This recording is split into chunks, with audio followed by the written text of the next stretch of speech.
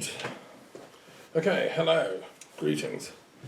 So hello, this is Thomas Daffern again for my weekly broadcast that I've been doing. And I've got a new guest this week, okay? Nice to welcome you. Simi, isn't it? Yeah. From all the way from Birmingham, just arrived today. And, just here to help as a volunteer intern for a week or so. And you're studying in Birmingham, is that right? Yeah, I study in Birmingham, so I do my A-levels, English literature, history and French, aiming to go on to an undergrad degree of law and then postgrad of international relations. Okay, you got it all mapped out, that's Yeah. great. Well, good luck. So you're here to see what you can learn off me for a couple of weeks. And Definitely. I'll be encouraging that. And you're from a very interesting background, Simi, aren't you? I met your parents this morning. Mm. And your dad is, he works for the UN, doesn't he? And Yeah. Tell us a bit about your family background. So both parents are from Nigeria. Right. And my mum owns a restaurant in Birmingham as well. Mm. My dad works for the UN. He's worked for several branches under the United Nations. So he's worked for UNICEF, UNOPS and different kind of peacekeeping organisations. He's actually working on an EU project at the moment about climate change in Nigeria, which is quite interesting to see him work on that, despite the fact it looks like quite a big workload. And we moved to Birmingham in 2006, and from there we've just made a living of living here and adapting to the culture and the lifestyle, which has been quite interesting and character building. Where did you come to Birmingham from? Were you here in France for a bit? Yeah, I was born in France in a small town called Pau, and I moved when I was about 3-4 years old with my mum. However, my dad wasn't around as he was working with the UN, so he was in different African countries.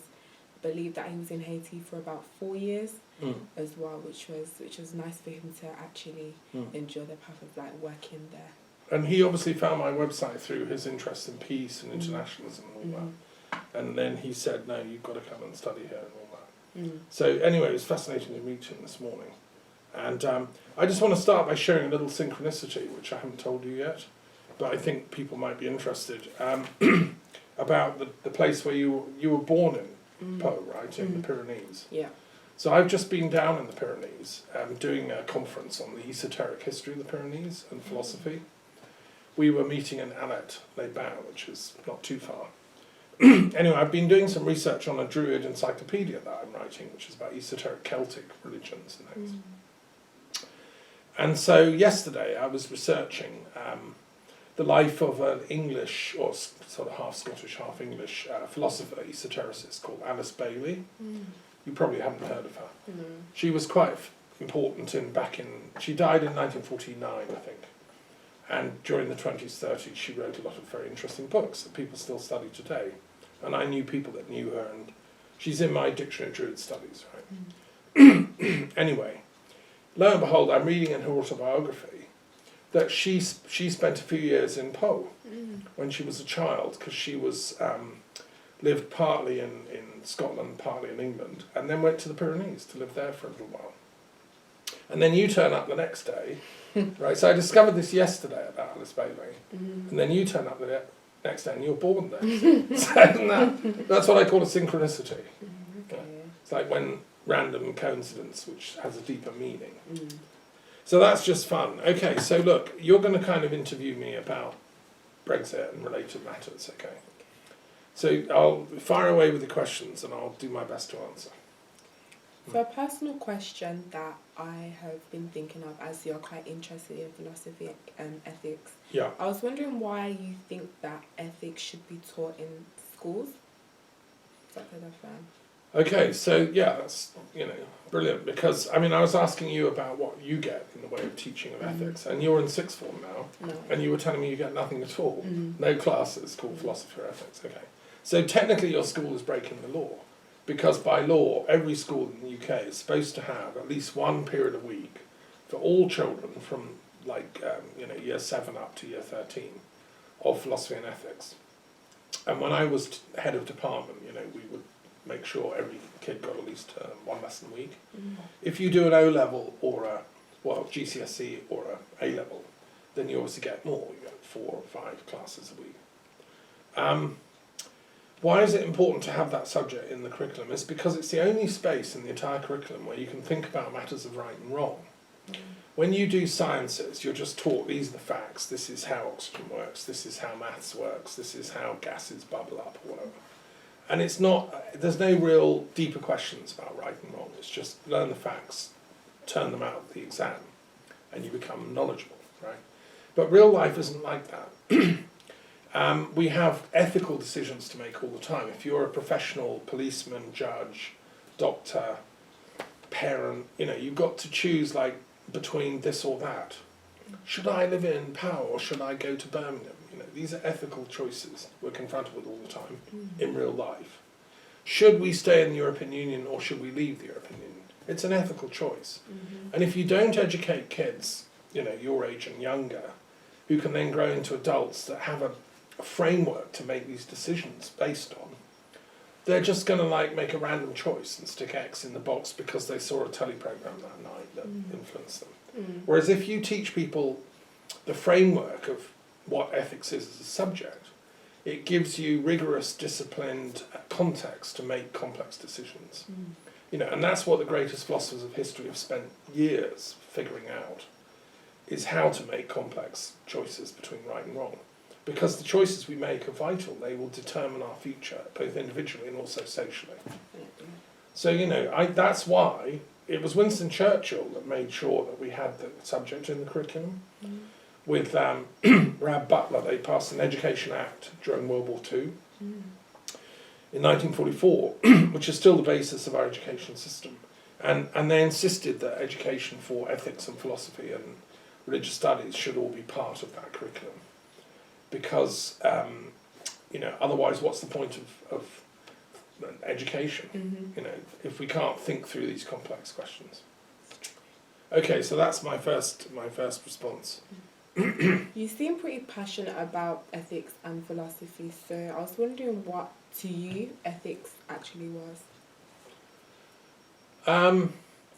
Well, it's a Greek word, and it's called morality, also in Latin.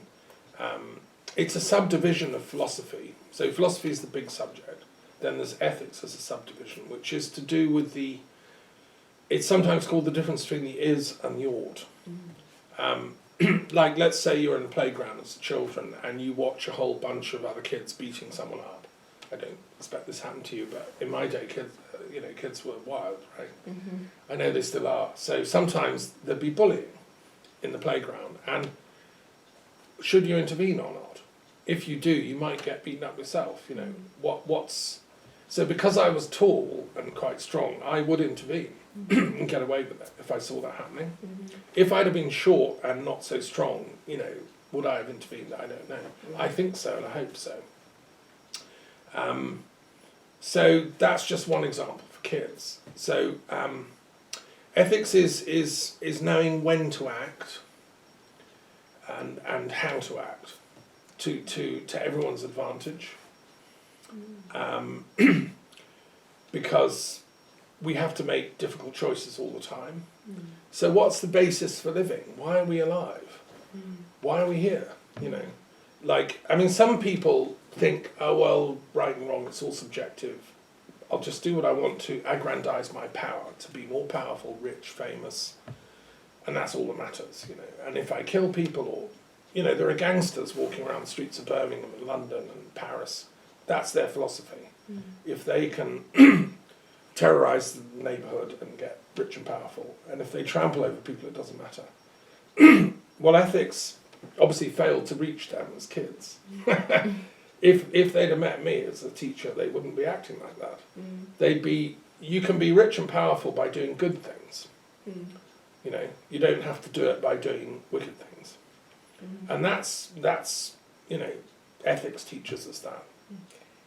So I think it's an important complement to the kind of factual stuff you get in education, is the why questions and the so what questions.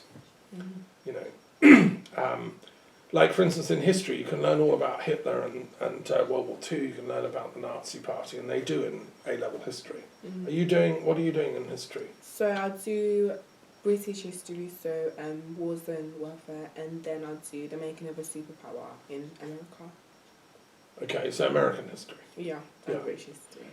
Are you looking at the Vietnam War and No, we're not looking at all? No. So what period of American history are you going to be looking at? So it's from 1865 to 1985, I believe. Well, surely the Vietnam War will come into that. I'm not I'm not too sure when it finishes because we've only studied the first half. Okay. No, I mean, a good teacher, you got to talk about that. America's imperial escapades at the end of World War II, and and also the civil rights movement, Martin Luther King, that might come in. It's an interesting field. I studied the history of the Cold War as well at university, and so that's all about ethics. So questions about should America have dropped the atomic bomb and destroyed 2 huge cities and killed all those people is an ethical question. There's a lot of research to show that Japan was going to surrender anyway. It was unnecessary. So that sort of ethics is part of history. It's an important part. You said in your definition to ethics, to everybody's advantage. However, I don't believe that a decision can be made to everyone's advantage. People are still divided in their opinion amongst society. So how did you mean? Well, good question. You've got to distinguish between what people think is in their advantage and what actually is in their advantage. So that's one thing. Also, you've got to distinguish between what is short-term advantage and what is long-term advantage of people. That's a very complex question, and one of the philosophical traditions that try to resolve that is called utilitarianism, which is the idea that you've got to make decisions on to maximise the happiness, because that's the word in philosophy for advancing the advantages of people. The greatest happiness of the greatest number of people. You'll never satisfy everybody, as you rightly say. There are some psychopaths that literally want to go around killing people because they're like crazy. You're never going to satisfy them. There are some people that enjoy sadistically being rich and watching other people's poor. You can't satisfy those kind of people. But the majority of people, for the majority of the time, you can hopefully, through using what's called utilitarianism, you can then devise policies that are in the best interest. Let's take slavery. For a couple of hundred years, the British Empire thought slavery was fine. Probably some of your ancestors were enslaved. We don't know, right? And that was to the advantage of the rich slave owners. They would send ships down to Africa, take them to the Americas, work the colonies, And then, after a while, people began to think ethically, no, this is wrong. That's just wrong. There's something, not fair about that. And so they began to agitate to reform it and remove slavery. Now, that was really annoying to the slave owners. A small number, a few thousand of very rich, powerful people in Britain opposed that. And they kept saying, no, you can't abolish slavery. Our entire income is dependent on that. But the majority of people eventually passed a law through Parliament that they would abolish it. And in fact, Britain was the first country to abolish slavery in history, officially, get rid of it, in 1832-ish, when there was a liberal government, reforming government. And it didn't satisfy everybody, but it was decided in the interest of the majority people that had thought about it, it was going to be to everyone's advantage. So that's an example of ethics in action. Okay, next question. I believe that God and only God is actually able to say what is right and what is wrong. What do you think that religion or different types of religion should view in regards to Brexit? Well, as you know, I've taught religious studies for years and years and studied it and written books about it, and I love discourse about the nature of God. That's why I produced this periodic table, which I showed your father. I don't think you've seen this. This periodic table of the world's religions and philosophies is an attempt to scientifically map out the complexity of views about God and the gods and the goddesses. Every culture and tribe going right back into prehistory, has had some supernatural belief that there's a spiritual overseer of human destiny. They have different names for that overseer. And I've got a dictionary next door that has all the names for all the gods in all the tribes, in all the languages that they've found so far. Like all the African languages, Asian, American Indian, whatever.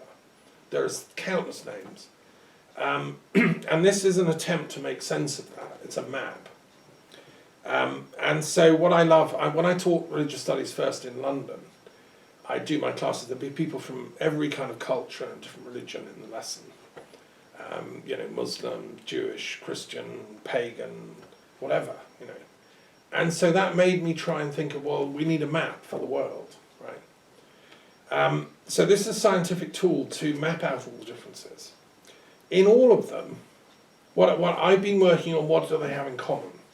Not what are they different about. Because obviously the Muslims, the Jews, the Christians, they're all shouting and saying, we're the best, we're going to kill you because ours is the best religion. I'm saying, no, look, let's look on a higher level. Let's look at what they've got in common. What are their teachings about peace, about love? Let's emphasize the good things they teach and get a common discourse going, right? One of the things they all say is that unity is better than disunity. Like, marriage is better than divorce, kind of thing. If you can stay together as a family, it's better than if you have to break up and hate each other, you know. So love is better than hate. Unity is better than disunity. And peace is better than war. It's fundamental basics of the ethics of all the traditions. I've never yet met a prophet worthy of the name or a teacher that comes and says, you know what, we're going to cause disunity, hatred and warfare, and then we're going to blow the planet up. I mean, that's a fake prophet, right? I'm talking about the genuine religions here, who teach the unity story. So to me, having looked at it, and I thought about it long and hard, I lived in Scotland when the Brexit referendum happened, and I added up on all columns, you know, is this a good choice, is this a bad choice? And I gave it, you know, a couple of weeks of deep thinking and the months leading up to the vote. And I realised that Brexit was going to cause all kinds of trouble for my country, the UK, and for the world, and for Europe. So I then decided, no, I've got to vote for Remain. And I did it scientifically, just as I'd mapped out all the religions. I ethically went through all the likely consequences, and that's what it came out, you know. And ever since then, I've been jumping up and down saying, we've got to stop Brexit, guys. It's like a disaster. It's a terrible thing, you know. So that's why I'm active on it. Okay. I can see that you're quite against Brexit. What is actually wrong with Brexit? Because back home, I actually have quite a few friends and their own parents who are for Brexit. So what is your own personal problem or personal view on Brexit? Okay. Thanks for asking that question. That's great. Because, yeah, I've got friends that keep going on and, you know, they're in favour of it and they say it should be done. Well, my view on it was being conditioned by my peripatetic lifestyle. I've lived all over the UK. I'm unusual in that. Like, you've just lived in Birmingham, I think, right? So you see it from that perspective. I've lived in England, I've lived in London, Brighton, where I went to school. I've lived in Devon, I've lived in the East Midlands, teaching in different schools and studying things. And then I lived in Wales for 10 years, so I see things from the Welsh perspective. And then I lived in Scotland. I had an amazing opportunity to live in a castle in Scotland for 7 years. And I got to see things from the Scottish perspective. And wherever I've lived, I've kind of blended in with the locals and learned from them. Right? And what I learned from my experiences, which are unusual, most people just stay in their own like patch, okay, is that if Brexit goes ahead, Scotland is going to leave the United Kingdom. They've said as much, and the Scottish national movement is very strong in Scotland. I didn't realise this till I went to live there. And they are deadly serious. They're going to agitate for a second independence referendum, and they will break up the United Kingdom. So you will no longer in Birmingham be living in a thing called the UK. You'll be living in something called Little Britain. It'll be just like England and Wales, right? Now this has huge implications for your well-being in Birmingham and everywhere else in England. And it means that, well, it's going to crash the pound. So like, Brexit has already crashed the pound, but it's going to crash it much, much more. So the banks are going to pull out of England and Wales, Little Britain. They've already started doing that. They're all moving abroad. It'll impact things like, well, everything. You know, there'll be more food banks, more poverty on the street.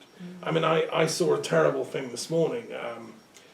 Somebody posted, and it's a true story. You know, there's schools in England where kids can't afford to eat properly. You know, nutrition is bad, and during the summer holiday, families can't afford to feed the kids properly.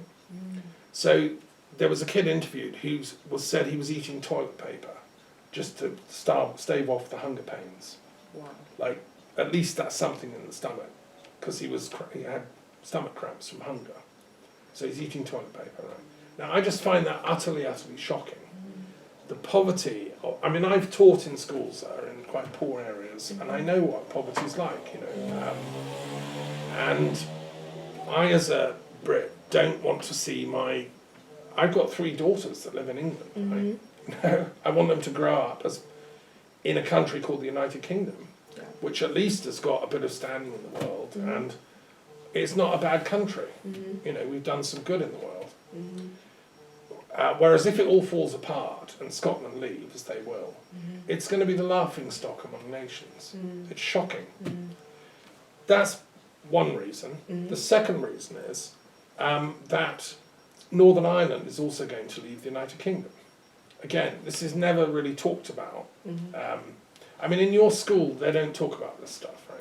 Yeah, that's the question that you just brought me on to. In school, in secondary school and in sixth form and college, we're not really spoken to about Brexit. However, in the outside world, I believe that it's a topic that's quite hot and spoken about widely. So why is it that we're not taught about it in school then? Why do you think that we should be taught it in school? Okay. Can you switch that phone off, because it's buzzing away? You're obviously in high demand. Let me just finish the Northern Ireland question, and then I'll get back to that question about schools, right?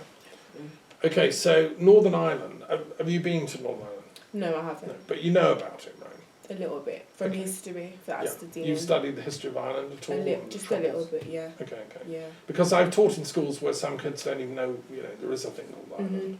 Like I found that a bit shocking, that the information about our country, the United Kingdom, is just not taught.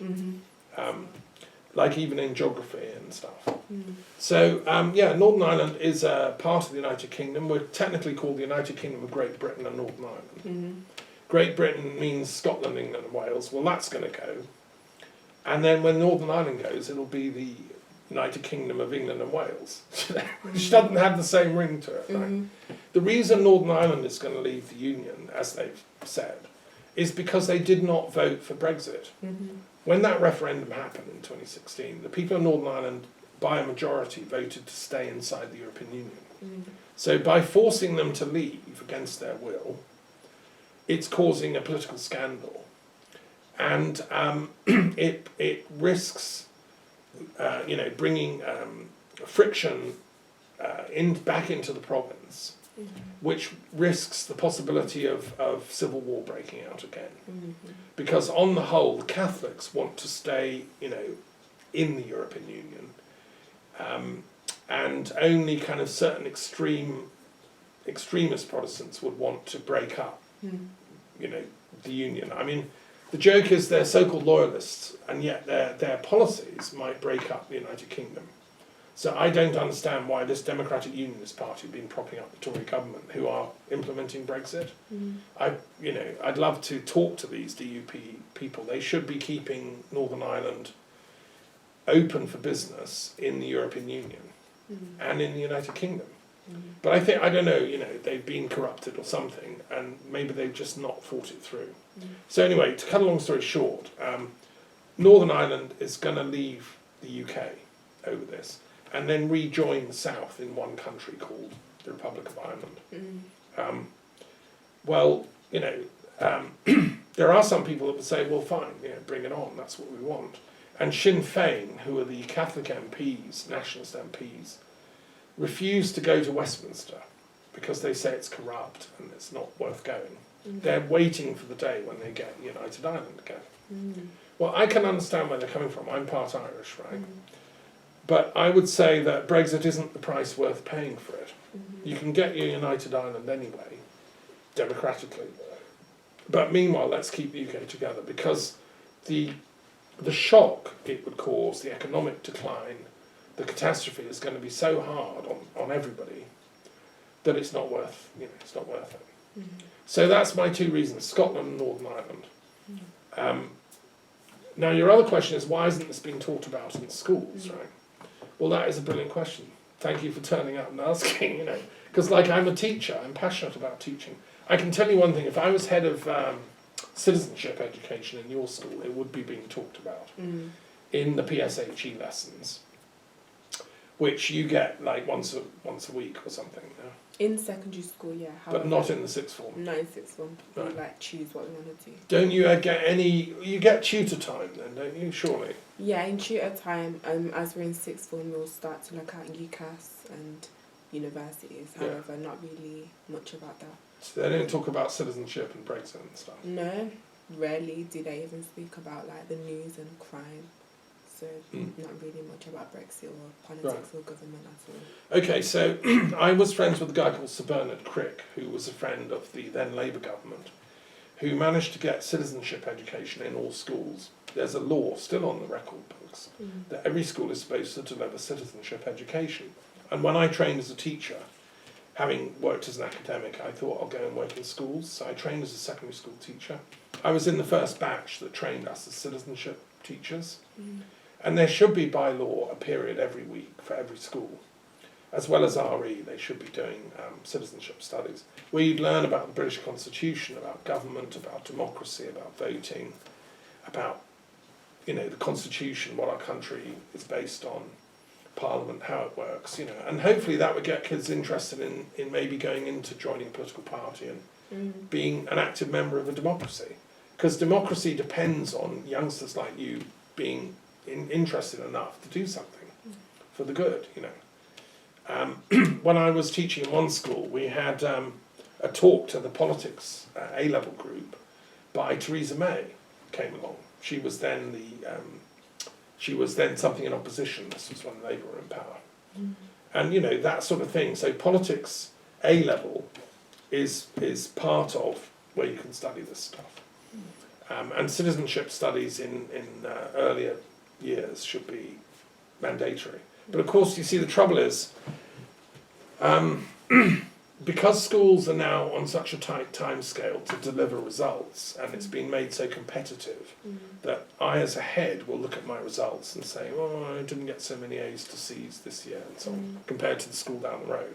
So my budget might be affected, and kids won't want to come here. So, well, I tell you what, I'll downplay those soft subjects like citizenship, philosophy, drama. I'll cut drama out.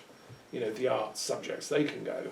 We'll concentrate on maths and English. And now that is unfortunately what heads are doing all over the UK. Now the problem is, so what we need to do is reform the way that education is delivered in schools.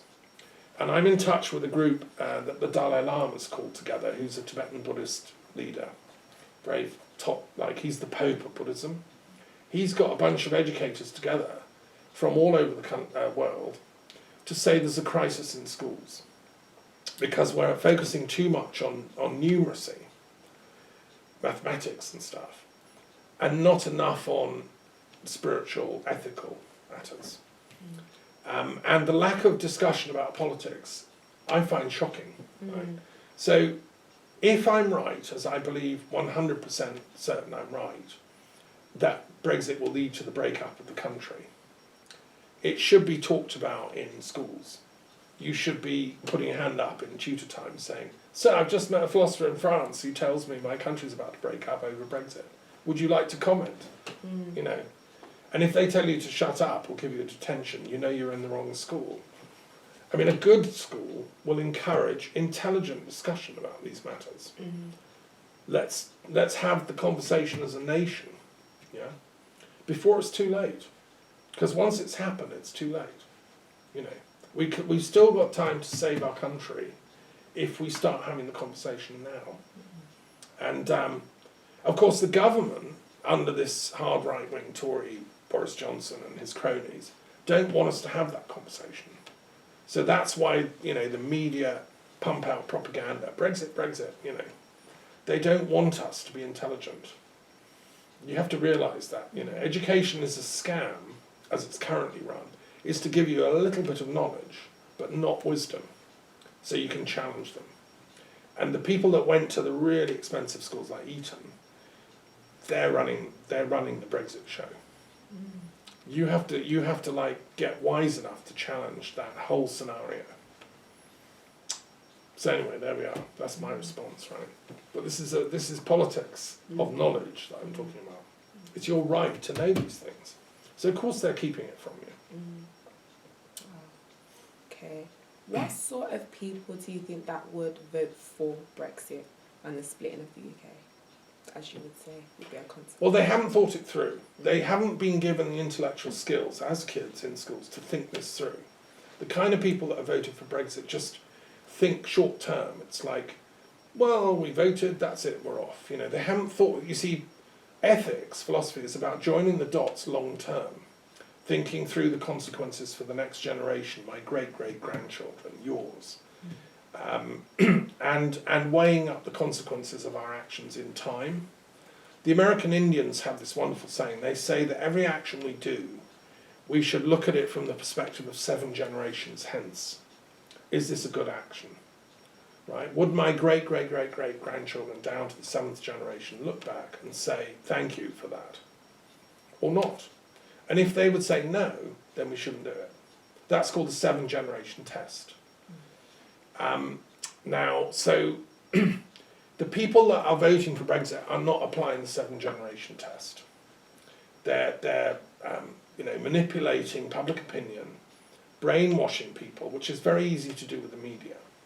The Brexit vote was won with a highly skilled organisation called Data Analytica that interfered with people's thoughts, even with Facebook and other stuff. It's now been proved there was a military-style operation to brainwash the British people to vote for Brexit, and it was cooked up by a guy called Steve Bannon, who was the key guy behind World of Warcraft. I don't know if you've ever played that game. Some kids, get addicted to it. It's like you're playing war games all the time. He was behind all that. And these people and his financial backers invented the idea of Brexit, like a kind of game, Unfortunately, the British people, we were played. And, how did it happen? It's because our education system does not educate and equip us to think. It's precisely what my subject, philosophy and ethics, teaches. I've also taught thinking skills, in some schools. But most schools, they don't want kids to actually think. Because if you think, you challenge the system, you challenge the status quo. You say, why is this, why are we doing that, sir? You ask why questions. Well, that is actually the purpose of proper education. So what we've got in Britain at the moment is false or fake education in a lot of places. And so the people that have voted en masse for Brexit, unfortunately, have not been equipped to think through the long-term consequences. That annoys them if you tell them that. They think, no, but it's my right to vote. I voted, that's it. Well, you can say to lemmings as they're about to go over the cliff, hey guys, you're going over a cliff. And they can say, well, it's our right, we're lemmings, But it's not, I don't think it's